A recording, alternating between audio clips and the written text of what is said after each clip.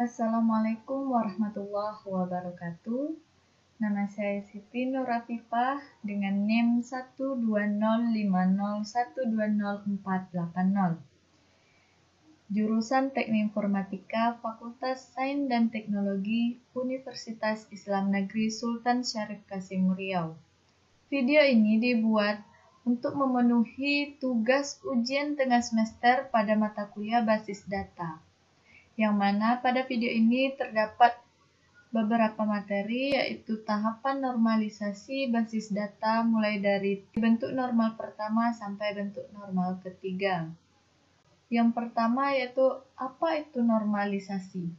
Normalisasi adalah serangkaian langkah diikuti untuk mendapatkan desain database yang memungkinkan akses dan penyimpanan data yang efisien dalam database relasional. Langkah-langkah ini mengurangi redundansi data dan kemungkinan data menjadi tidak konsisten. Apa itu redundansi? Redundansi adalah sesuatu yang berulang yang tidak perlu, atau keadaan yang berulang yang tidak perlu. Selanjutnya, apa manfaat normalisasi? Yang pertama, manfaat normalisasi yaitu untuk menghilangkan kerangkapan data. Yang kedua, bisa meningkatkan kecepatan. Yang ketiga, mengurangi kompleksitas. Yang keempat, mempermudah modifikasi data. Selanjutnya, tahapan normalisasi. Pertama, first normal form atau tahapan normalisasi yang pertama, di mana suatu tabel dikatakan dalam bentuk normal pertama apabila tidak ada baris data yang diduplikat atau berulang dalam tabel. Yang kedua, setiap sel memiliki nilai tunggal, artinya tidak ada perulangan. Yang ketiga, data dalam kolom memiliki tipe data yang sejenis. Selanjutnya, tahapan yang kedua atau second normal form, yaitu tahapan normalisasi yang kedua. Syaratnya, yang pertama memenuhi kriteria normalisasi pertama. Jadi, artinya dapat dikatakan bentuk normal kedua apabila sudah melakukan normalisasi yang pertama. Syarat yang kedua, menghilangkan ketergantungan transitif, atau semua kolom yang bukan merupakan suatu key atau non-attribute key harus bergantung secara penuh dengan satu primary key. Selanjutnya, tahapan yang ketiga atau third normal form. Syaratnya yang pertama memenuhi kriteria bentuk normal kedua. Nah, artinya sudah melalui tahapan pertama dan kedua. Syarat yang kedua, tidak boleh ada kolom yang transitive functional dependencies, yaitu ada kolom yang bukan merupakan key atau non-attribute key yang bergantung pada kolom bukan key lainnya.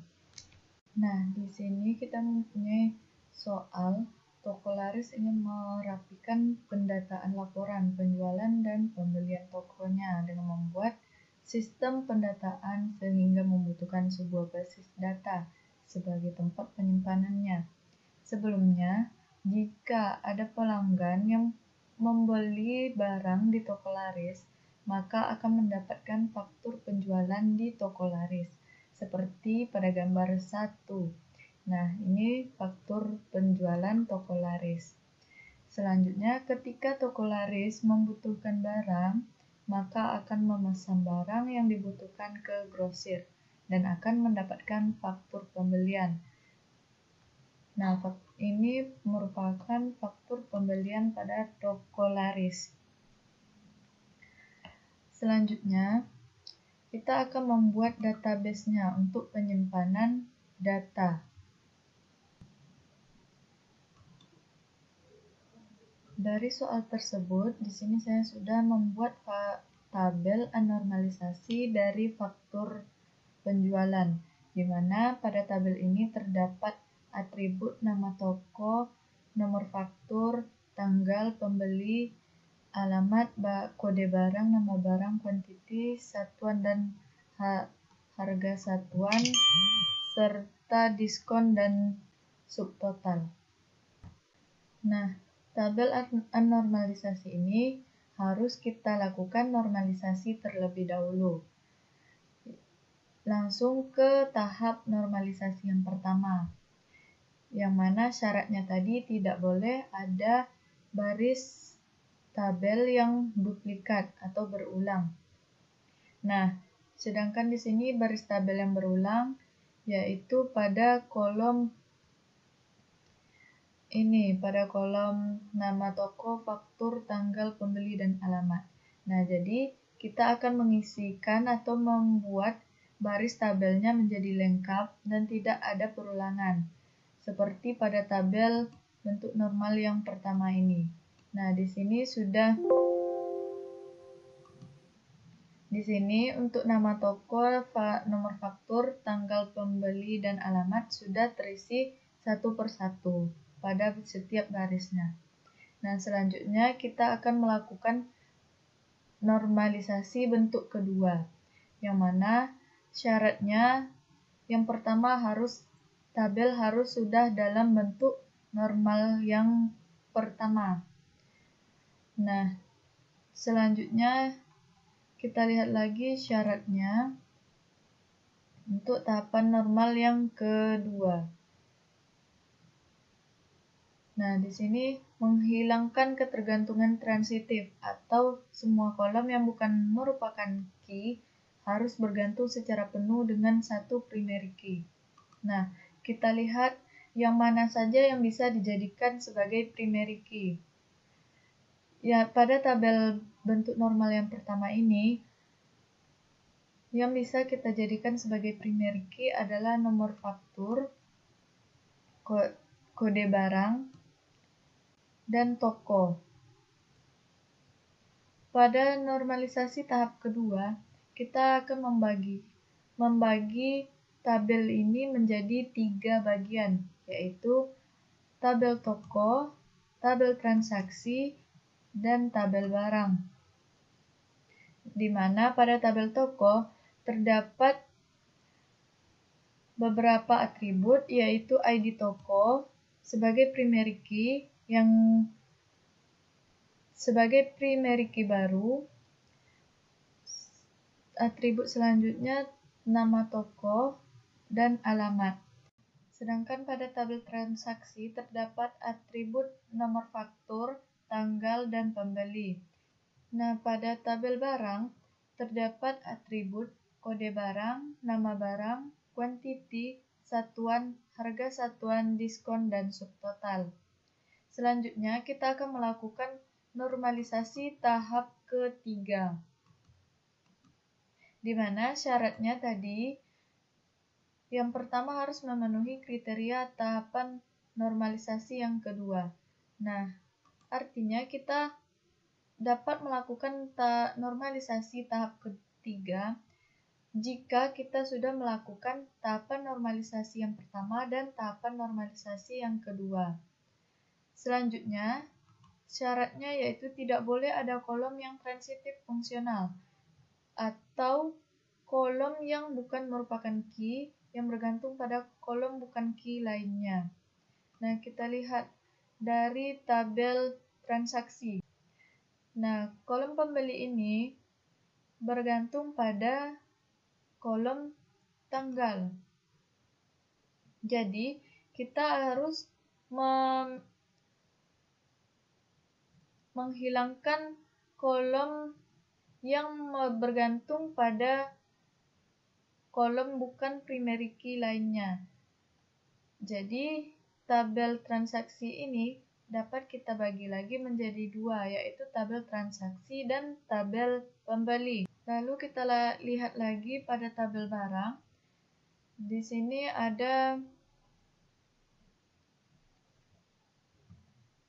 kuantiti yang bergantung pada satuan. Nah, berarti terdapat kolom transitif fungsional, yaitu kolom quantity, yang mana kolom quantity ini bergantung pada kolom satuan. Jadi, pada tabel barang ini, kita dapat membaginya menjadi 2 karena kolom quantity harus dikeluarkan dari tabel barang, sebab dia bergantung pada kolom satuan. Jadi, tabel barang mempunyai atribut kode barang, nama barang, satuan, dan harga satuan. Selanjutnya, pada tabel transaksi, tadi tabel transaksi pada kolom pembeli mempunyai ketergantungan pada kolom tanggal. Jadi kolom pembeli harus kita hilangkan. Jadi tabel transaksi mempunyai atribut nomor faktur dan tanggal. Nah, untuk tabel transaksi tadi kita harus mengeluarkan pembeli. Jadi pembeli mempunyai tabel tersendiri, yaitu tabel pembeli dengan atribut ID pembeli, di mana ID pembeli sebagai primary key yang baru dan atribut nomor faktur sebagai primary key dan foreign key, dan atribut pembeli atau nama pembeli. Pada tabel barang terdapat kuantiti yang bergantung pada satuan, dan diskon serta subtotal juga bergantung pada harga satuan. Maka tabel barang dibagi menjadi 2, yaitu tabel detail transaksi dan tabel barang.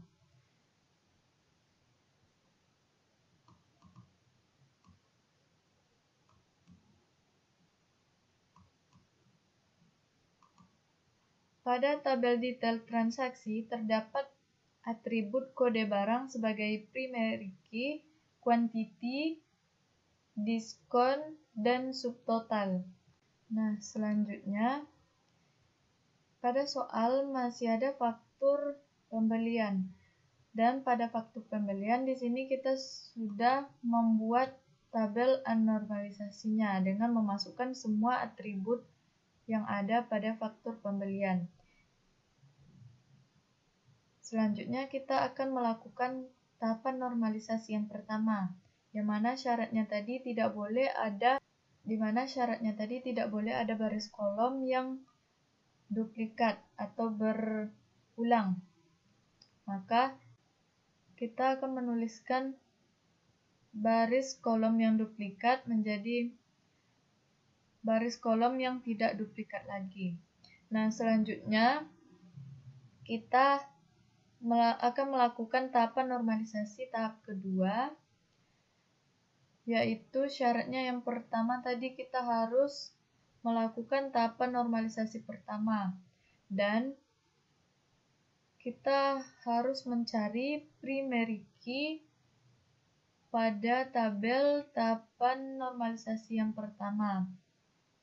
Di sini terdapat nomor faktur sebagai primary key dan kode barang sebagai primary key.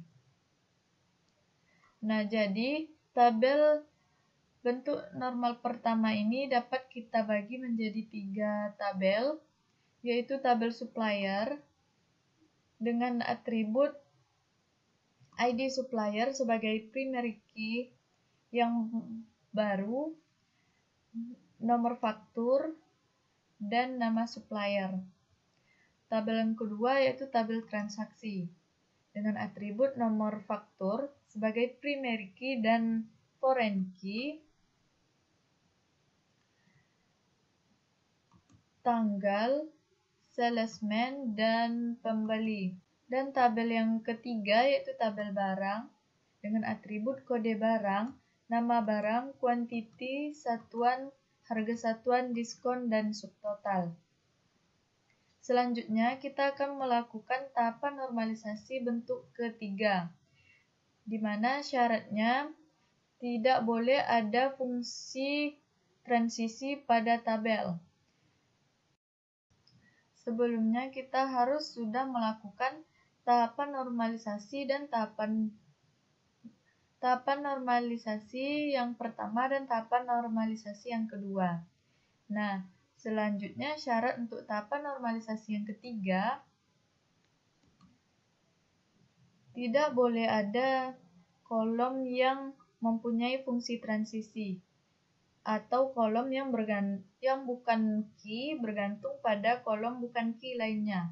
Nah, kita lihat pada tabel transaksi terdapat kolom pembeli. Nah, kolom pembeli ini bergantung pada kolom tanggal dan kolom salesman. Serta untuk kolom salesman juga bergantung pada kolom tanggal. Nah, jadi tabel transaksi dibagi menjadi 3 tabel, yaitu tabel pembeli dan tabel transaksi. Jadi, tabel transaksi dibagi menjadi 3 tabel, yaitu tabel sales, tabel pembeli, dan tabel transaksi. Di mana pada tabel sales mempunyai atribut nomor faktur, ID sales, dan salesman. Sedangkan pada tabel pembeli terdapat atribut nomor faktur, ID pembeli, dan pembeli. Dan pada tabel transaksi terdapat atribut nomor faktur dan tanggal. Lalu kita lihat lagi pada tabel barang.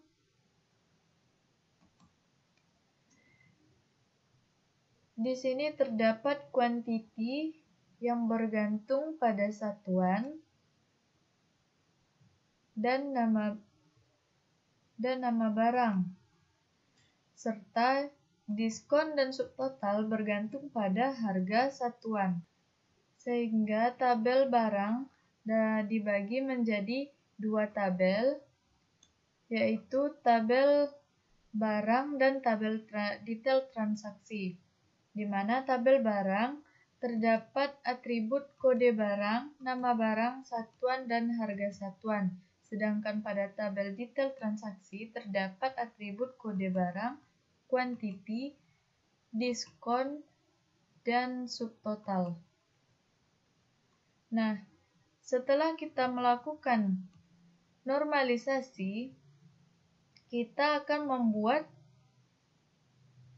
IRD-nya pada Oracle Data Modeler. Yang pertama, kita akan membuat IRD untuk penjualan. Di mana di sini tabel toko sebagai entitas pertama. Lalu kita akan membuat entitas tabel toko. Nah, kita buat entitas toko.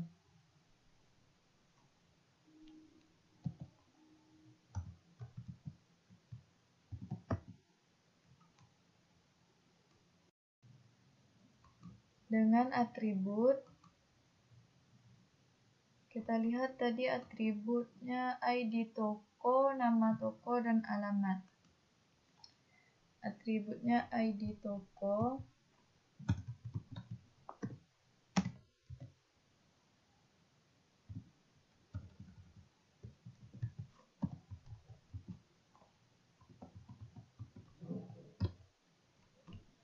Dengan data type logical, source type varchar, size-nya 50. Kita tanda sebagai primary UID. Lalu atribut yang kedua, nama toko. Data type logical, source type varchar, size 50. Kita tanda sebagai mandatory atau wajib diisi. Selanjutnya alamat, logical, varchar 50. Oke. Nah,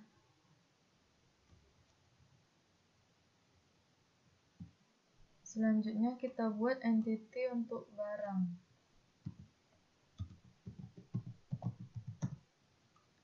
Dengan atribut kode barang,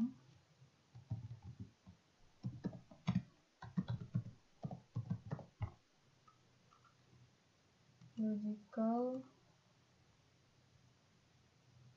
varchar.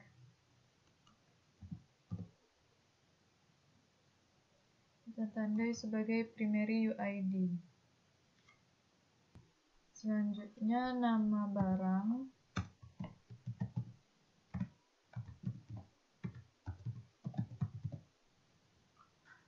logical, varchar,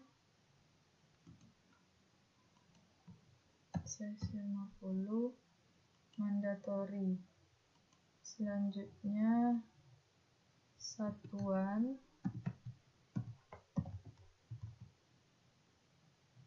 logical, varchar 50, mandatory.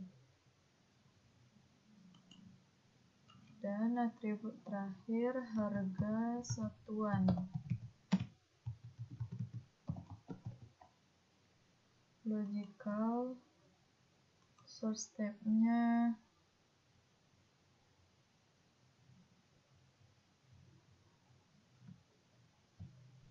integer, mandatory, lalu oke. Nah, di sini kita sudah mempunyai entitas barang. Selanjutnya kita akan membuat entitas transaksi dengan atribut nomor faktur,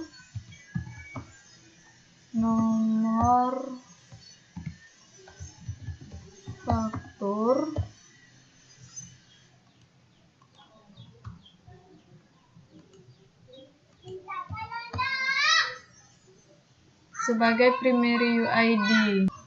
Atribut yang kedua tanggal. Data type logical, source type-nya date. Mandatory, lalu oke. Nah, di sini kita sudah mempunyai entitas transaksi. Selanjutnya entitas pembeli. Kita akan membuat entitas pembeli.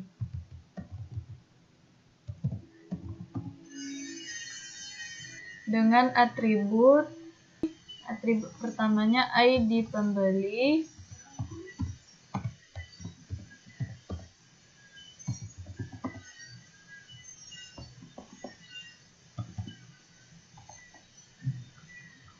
logical,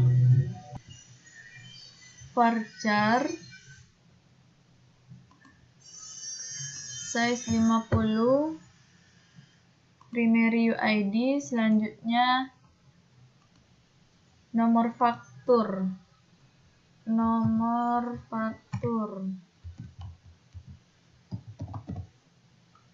logical, varchar 50, mandatory, dan yang terakhir nama pembeli.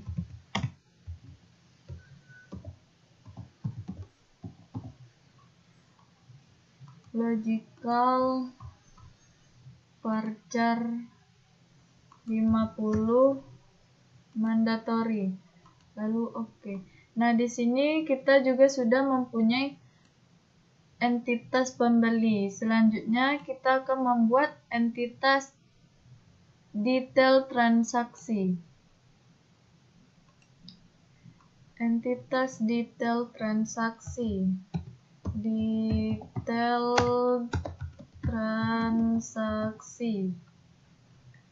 Dengan atribut kode barang,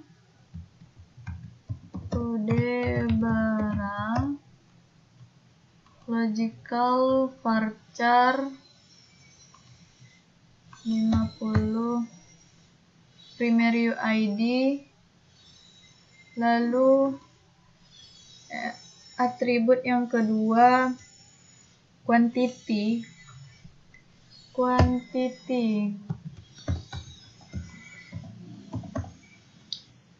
logical varchar 50 mandatory. Selanjutnya diskon logical untuk diskon menggunakan integer.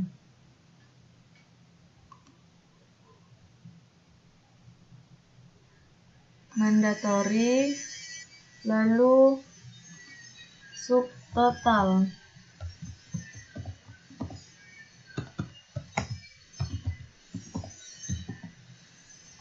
Logical integer mandatory, lalu oke. Nah, di sini kita sudah mempunyai entitas detail transaksi.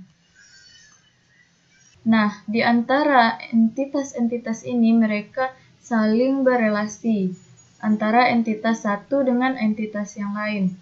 Nah, di sini entitas toko berelasi dengan entitas barang dengan relasi one to many.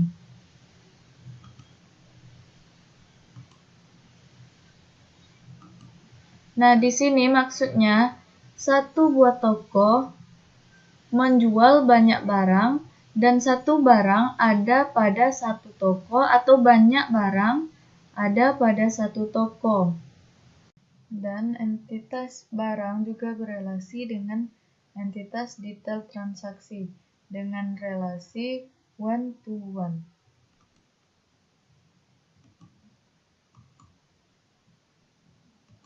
Maksudnya, satu barang hanya mempunyai satu detail transaksi dan satu detail transaksi hanya untuk satu barang.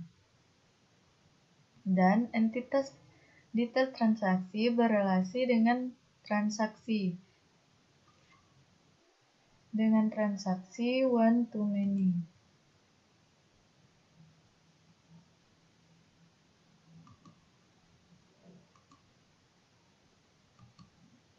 Artinya,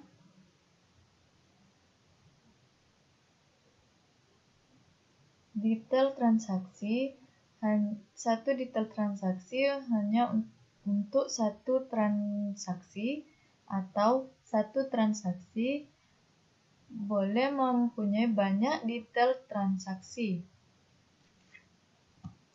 Dan entitas transaksi juga berelasi dengan pembeli, di mana dengan relasi one to many.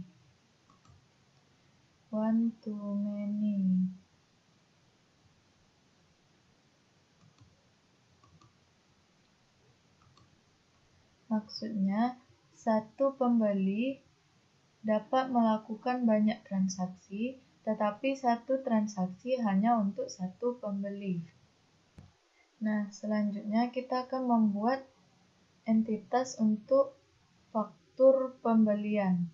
Di mana di sini kita sudah mempunyai beberapa tabel yang akan menjadi entitas pada faktur pembelian, yaitu tabel supplier, tabel barang, tabel detail transaksi, tabel sales, tabel pembeli, dan tabel transaksi. Pertama, kita akan membuat tabel supplier.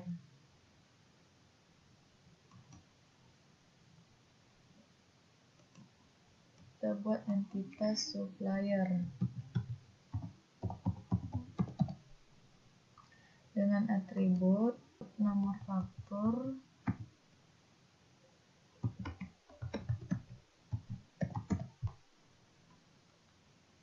logical varchar 50 mandatory.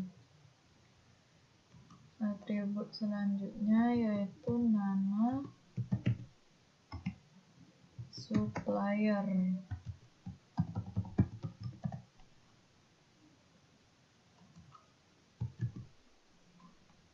Logical varchar size 50 mandatory. Oke.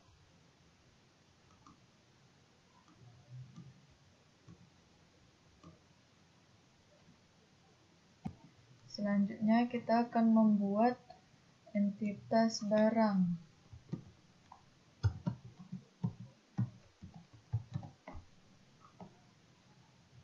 dengan atribut kode barang,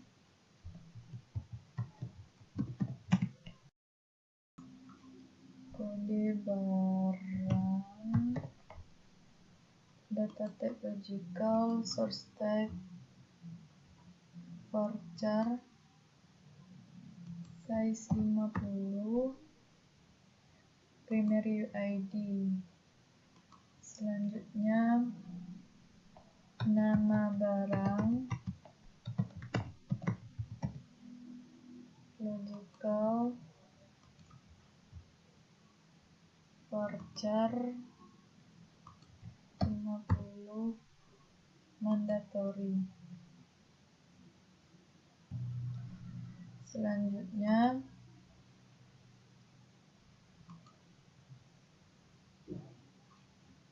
atribut satuan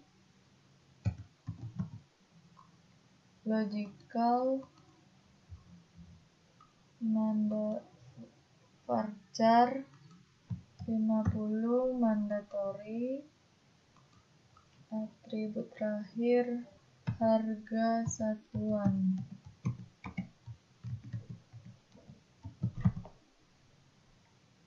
Logical integer mandatory. Lalu oke. Selanjutnya kita akan membuat entitas detail transaksi.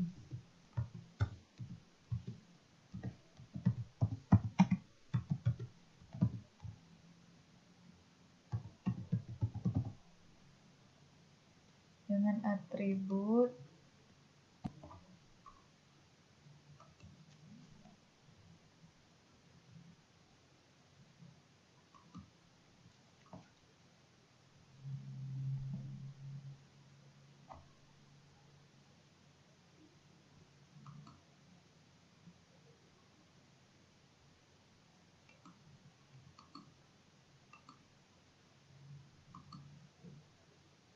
quantity logical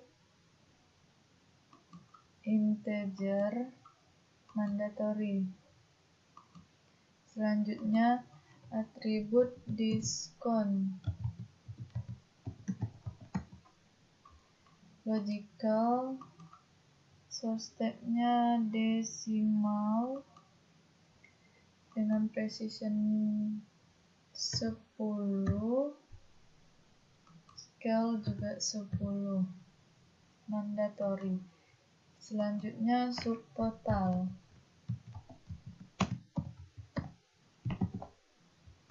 logical, source type-nya integer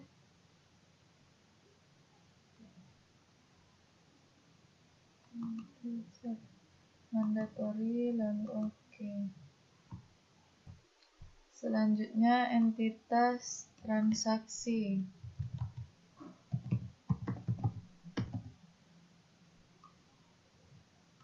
dengan atribut nomor faktur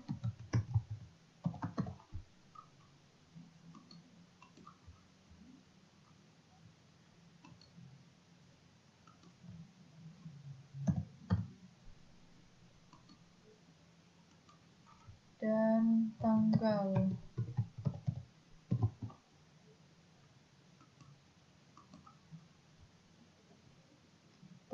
Untuk tanggal, source type-nya date mandatory lalu oke.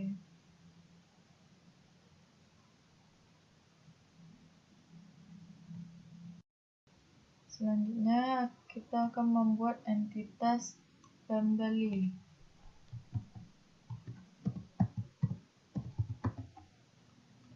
dengan atribut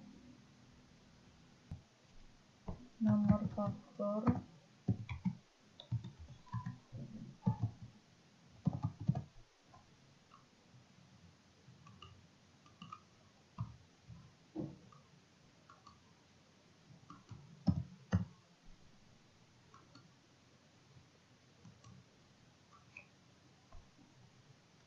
ID pembeli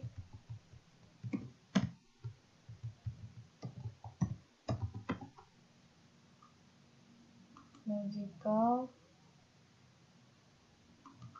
varchar 50 mandatory. Selanjutnya nama pembeli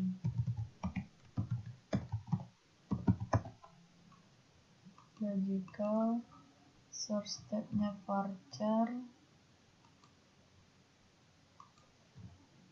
size 50 mandatory oke. Di sini kita sudah mempunyai beberapa entitas untuk faktur pembelian. Selanjutnya kita akan membuat entitas sales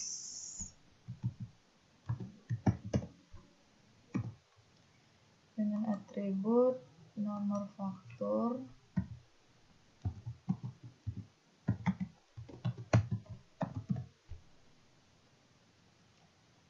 logical varchar 50 binary ID.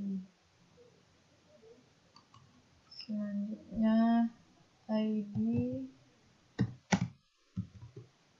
ID sales logical varchar 50 mandatory dan atribut terakhir nama sales.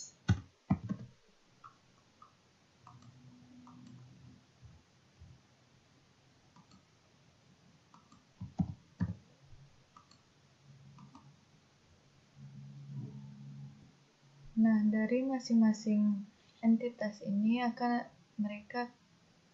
dari masing-masing entitas akan berelasi antara entitas satu dengan entitas yang lain. Nah, yang pertama, entitas supplier berelasi dengan entitas sales, di mana dengan relasi one to many.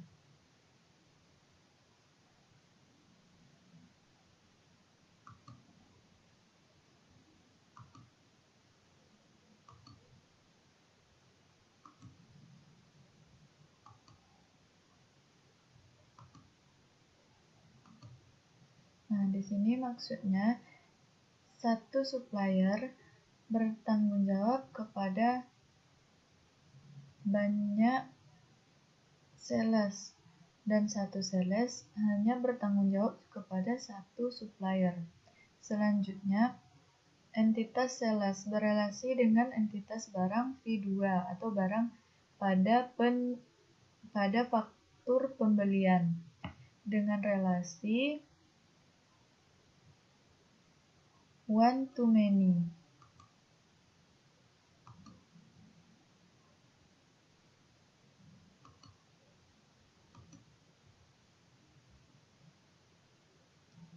Maksudnya, satu sales bertanggung jawab terhadap banyak barang dan satu barang atau satu barang hanya ditanggungjawabkan oleh satu sales atau banyak barang ditanggungjawabkan oleh satu sales. Selanjutnya, Selanjutnya, entitas barang P2 juga berelasi dengan entitas transaksi dengan relasi one to one.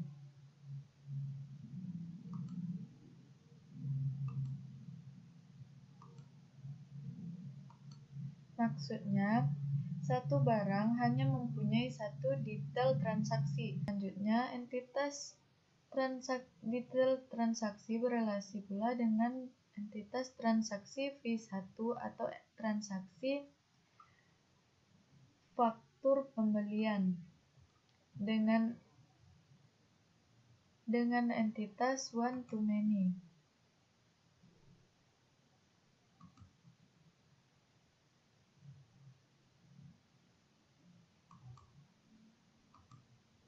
Transaksi V1 berelasi dengan pembeli V1 dengan relasi one to many.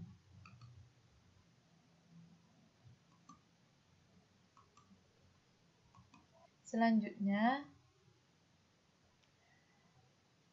relasi antara faktur penjualan dengan faktur pembelian, yaitu di antara entitas toko dan entitas supplier dengan relasi one to many relation identifying.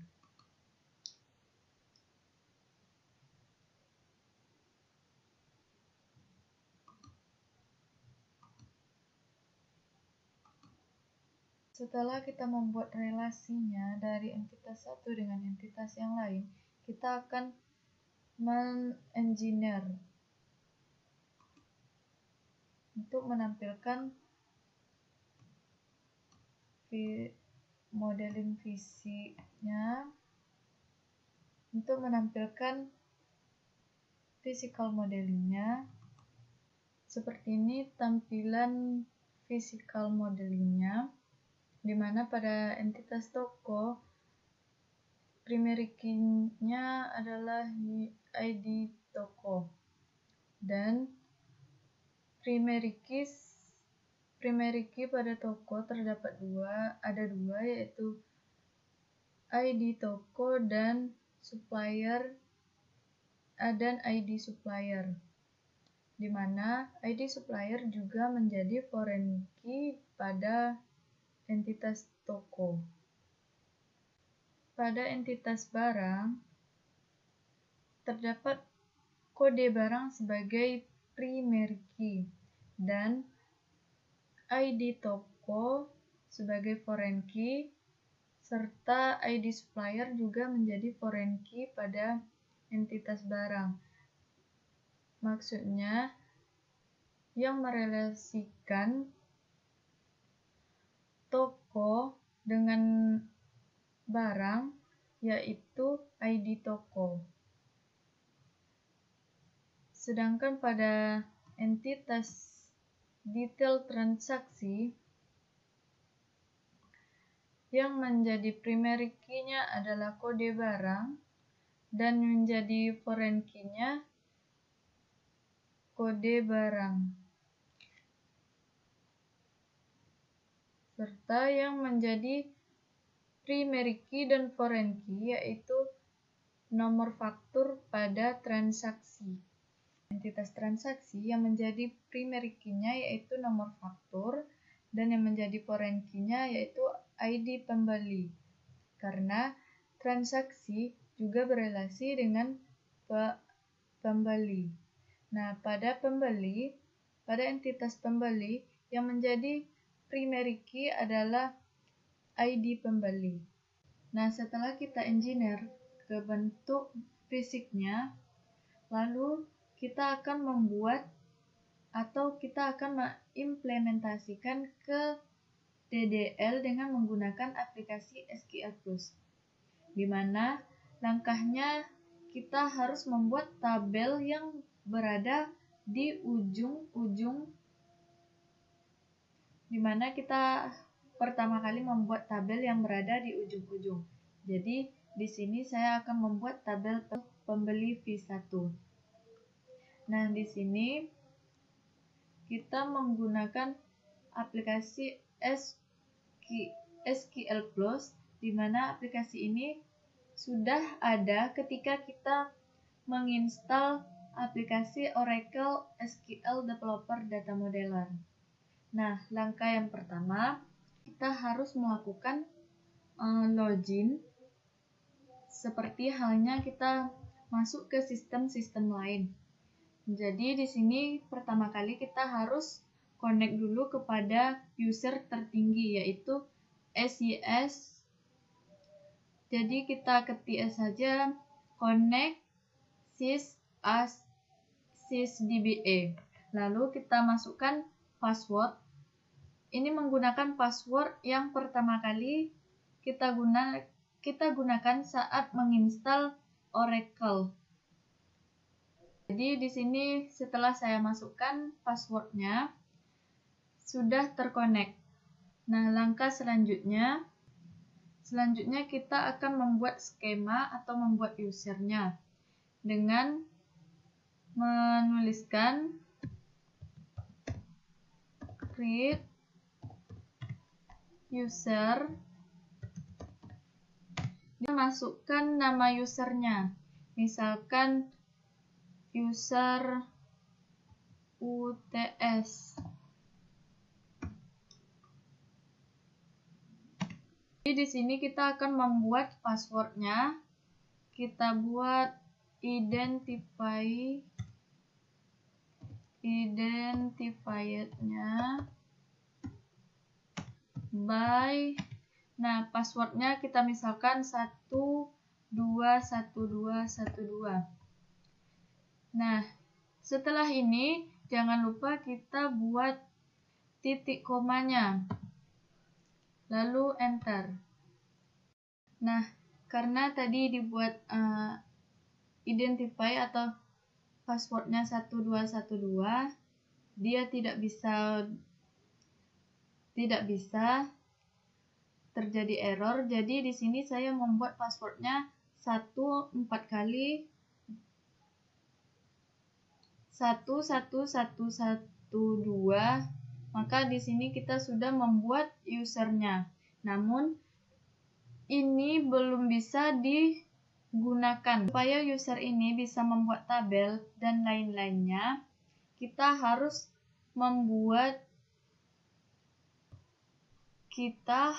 memberikan akses ke user UTS ini supaya bisa membuat tabel, membuat view, dan lainnya.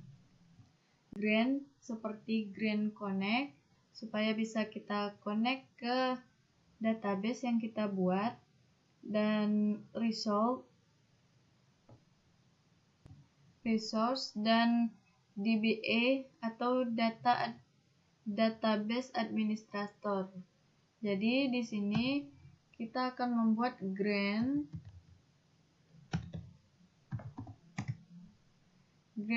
Connect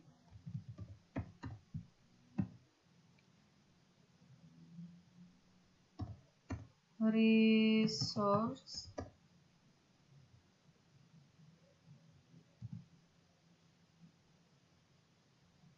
DBA atau database administrator ke user UTS. Jadi to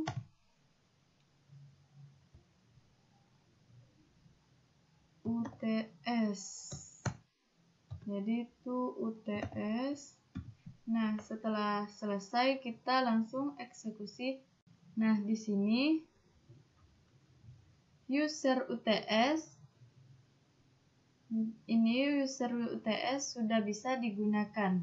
Tetapi sebelum kita membuat database tabel, kita harus disconnect dulu dari user sys. Karena jika tidak, semua data atau semua akses yang kita buat nanti akan berada pada user tertinggi ini. Jadi kita harus melakukan disconnect terlebih dahulu. Setelah kita disconnect, kita harus connect lagi ke user yang kita buat tadi, ke user UTS. Nah, jadi kita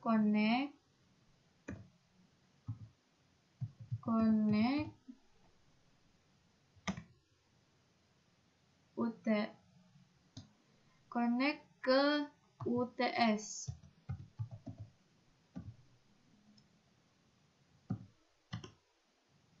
Nah, di sini kita tadi sudah membuat passwordnya, yaitu 11112.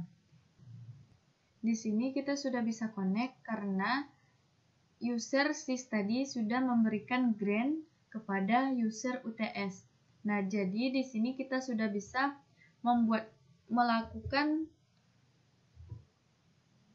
tabel. Jadi kita akan membuat perintah create atau mengedit tabel dan lainnya. Nah, karena kita akan membuat tabel, jadi kita akan membuat perintah create table, lalu kita akan membuat nama tabelnya create table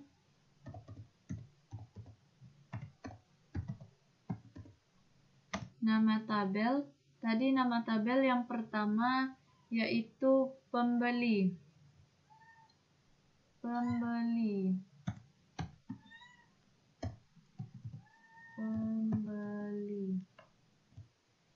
Nah, lalu kita buat kurung. Nah, di sini untuk membuat atributnya, boleh kita lanjut terus ke samping ataupun kita enter ke bawah. Karena jika kita enter, dia belum akan dieksekusi karena kita belum memberhentikan perintahnya. Jadi di sini kita buat ke bawah, enter. Kita lihat atribut pada tabel pembeli, yaitu ID pembeli, nomor faktur, nama pembeli dengan tipe datanya varchar 2 dengan panjangnya 50.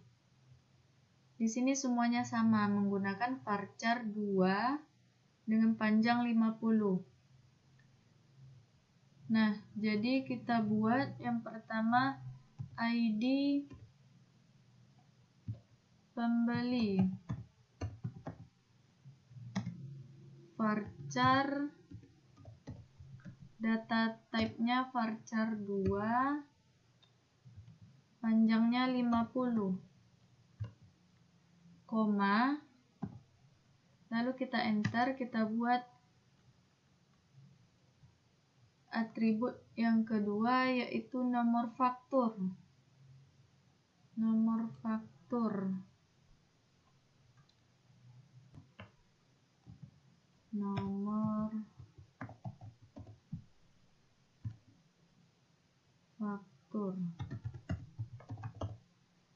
Dengan tipe data varchar 2 dengan panjang 50, koma. Nah, selanjutnya kita lihat lagi atribut yang ketiga yaitu nama pembeli dengan tipe data varchar 2 panjang 50. Kita enter. Nama pembeli.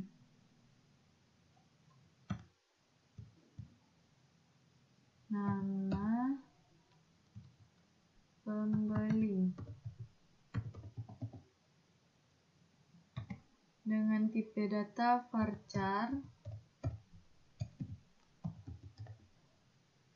2 dengan panjang 50.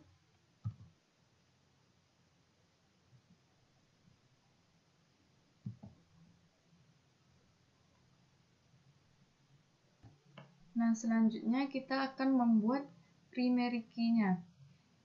Untuk primary key, kita bisa membuatnya di ID pembeli varchar 2 panjang 50. Nah, di samping sini kita bisa membuat primary key. Tetapi di sini saya akan membuat primary key-nya di bawah.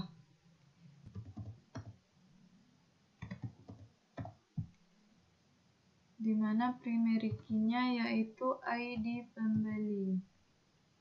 ID pembeli.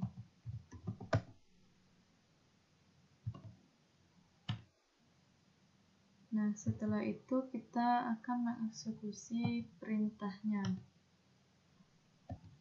Nah, di sini kita sudah membuat tabel. Nah, untuk mengecek apakah benar tabel pembeli ini sudah dibuat, kita akan menggunakan describe.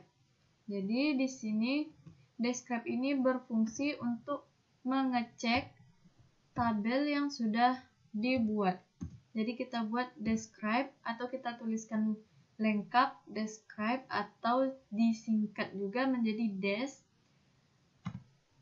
Kita buat usernya tadi UTS.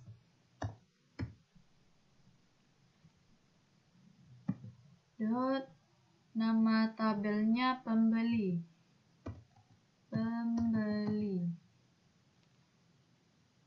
Lalu kita eksekusi. Nah, di sini sudah benar, sudah ada tabel pembeli. Lalu kita lihat lagi apakah sudah betul untuk atributnya atau kolom tabelnya. Di sini kolom ID pembeli itu not null. Nah, benar. ID pembeli memang not null, artinya ID pembeli tidak boleh kosong atau tidak boleh tidak diisi. Artinya harus diisi. Selanjutnya untuk nomor faktur dan nama pembeli, kita lihat lagi nomor faktur dan nama pembeli. Nah, di sini nomor faktur dan nama pembeli tidak boleh kosong. Jadi kita ubah lagi tabelnya supaya kolom nomor faktur dan nama pembeli menjadi not null. Nah, untuk mengeditnya kita di sini menggunakan alter. Jadi alter itu berguna untuk atau berfungsi untuk mengedit tabel atau mengubah tabel. Jadi di sini kita buat alter table, nama tabel yaitu pembeli,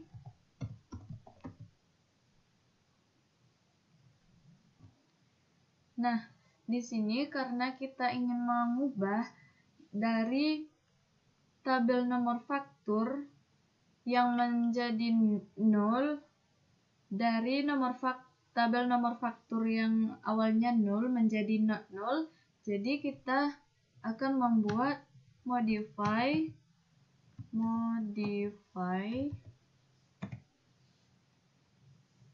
nomor faktur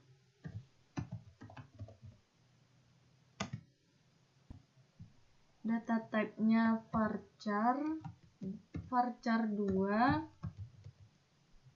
dengan panjang 50, tetap ya, tetap sama seperti yang dari awal, dirubah menjadi not null.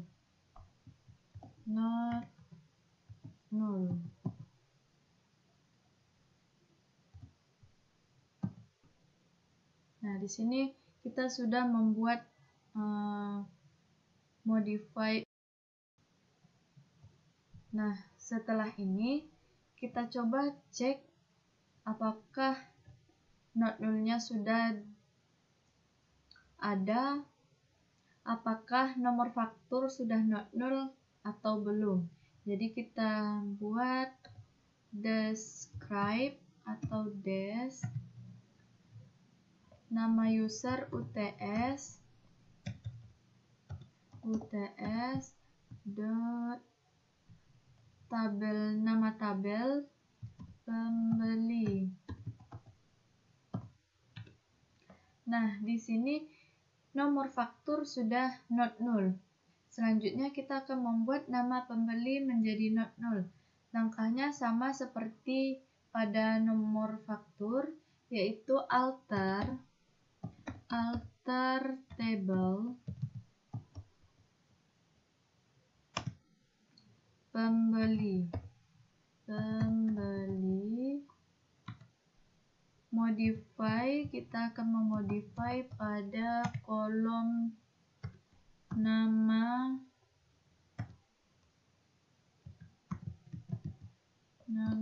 pembeli dengan data type varchar 2, masih sama dengan yang dari awalnya, yaitu dengan panjang 50. Kita ubah menjadi not null. Nah, di sini kita sudah mengubah nama pembeli menjadi not null.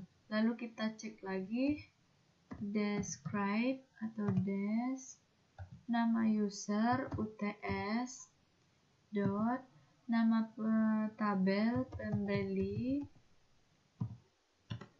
Nah, di sini sudah semua kolom sudah menjadi not null. Nah, ketika kita sudah mendescribe pada tabel pembeli ini, di sini tidak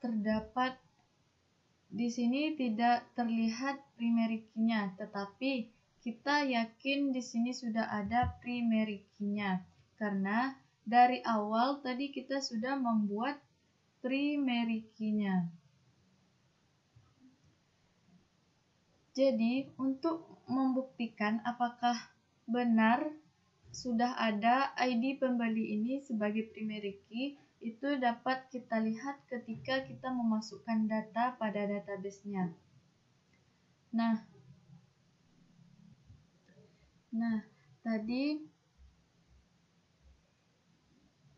Jika terjadi kesalahan, cara kita untuk memperbaikinya yaitu dengan alter table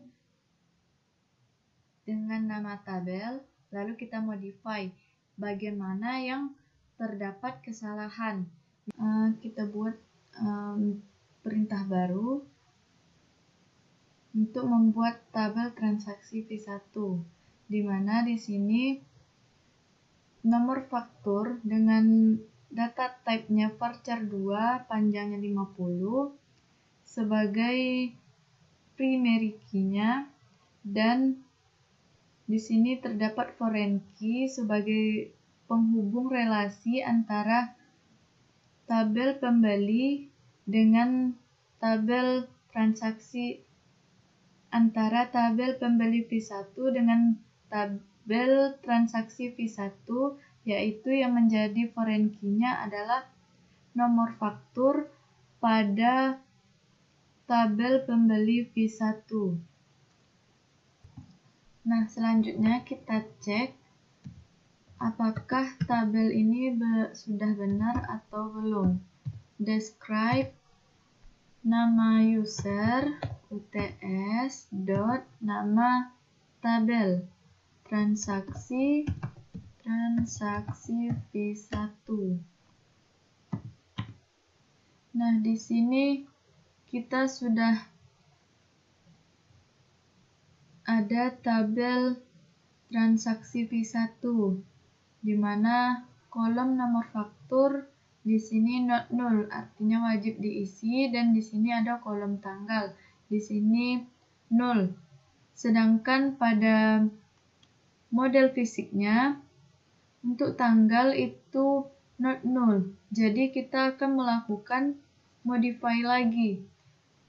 Jadi di sini kita akan alter table, nama tabelnya transaksi V1,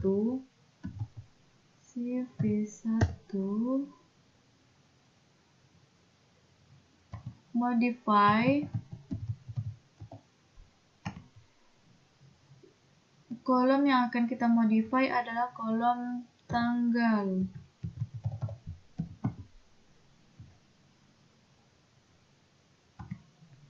Dengan data type-nya date karena kita menggunakan tanggal yang sesuai dengan waktu atau tanggal ketika dilakukannya transaksi. Jadi di sini kita buat default sysdate.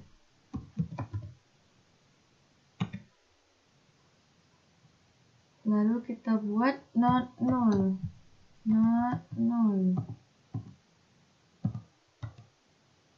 Nah, kita sudah memodify kolom tanggal, jadi kita akan melihat apakah benar sudah berubah menjadi not null. Kita buat describe nama user dot nama tabel 1v1. Nah, di sini sudah betul untuk tanggal sudah menjadi not null. Nah, untuk pembuatan tabel selanjutnya, lakukan langkah-langkah yang tadi, mulai dari create table, menuliskan nama kolomnya, sampai semua tabelnya sudah dibuat. Lalu di sini dilihat lagi tugasnya, diperintahkan untuk mengisikan beberapa data ke dalam salah satu tabel. Jadi di sini saya akan mengisikan data pada tabel pembeli, di mana tadi pada tabel pembeli mempunyai beberapa kolom, yaitu kolom ID pembeli, nomor faktur, dan nama pembeli dengan data type varchar 2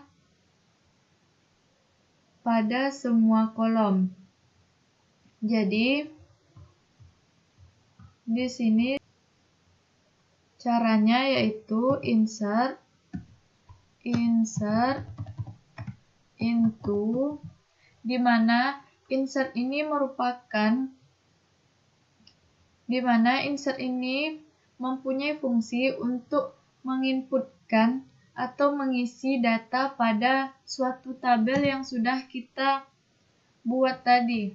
Jadi di sini saya akan membuat tabel pembeli. Insert into nama tabel pembeli.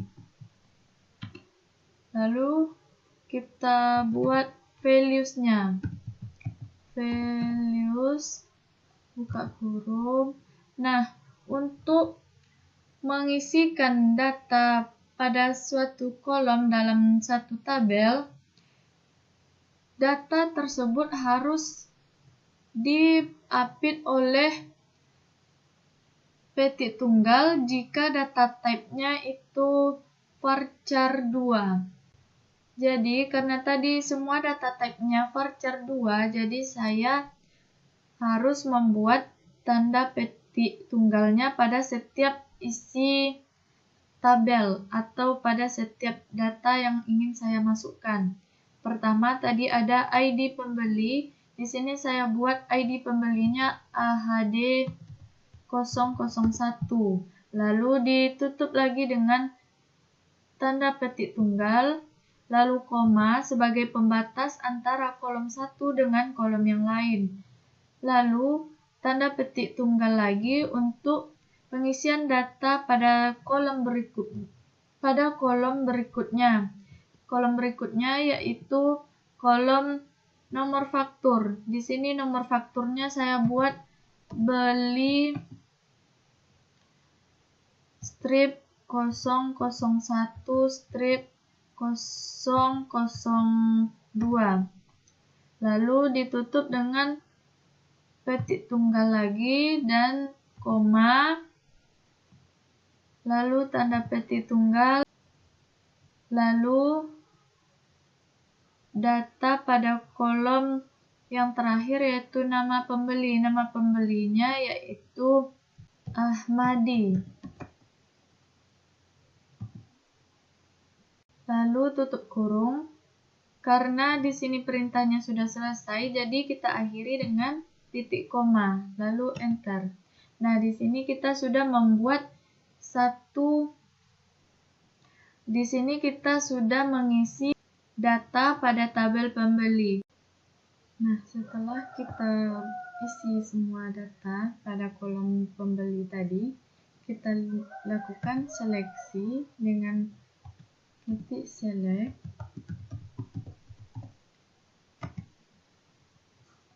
Tanda bintang maksudnya ialah untuk melihat semua kolom yang ada pada tabel pembeli tersebut. Lalu setelah itu kita buat from nama tabel pembeli, koma. Nah, di sini sudah pas. ID pembelinya tadi kita buat AHD001 dan nomor fakturnya tadi kita buat beli strip 001 strip 002 dan nama pembelinya kita buat tadi Ahmadi. Baiklah, sekian yang dapat saya sampaikan, lebih dan kurang saya mohon maaf. Akhir kalam, Assalamualaikum warahmatullahi wabarakatuh.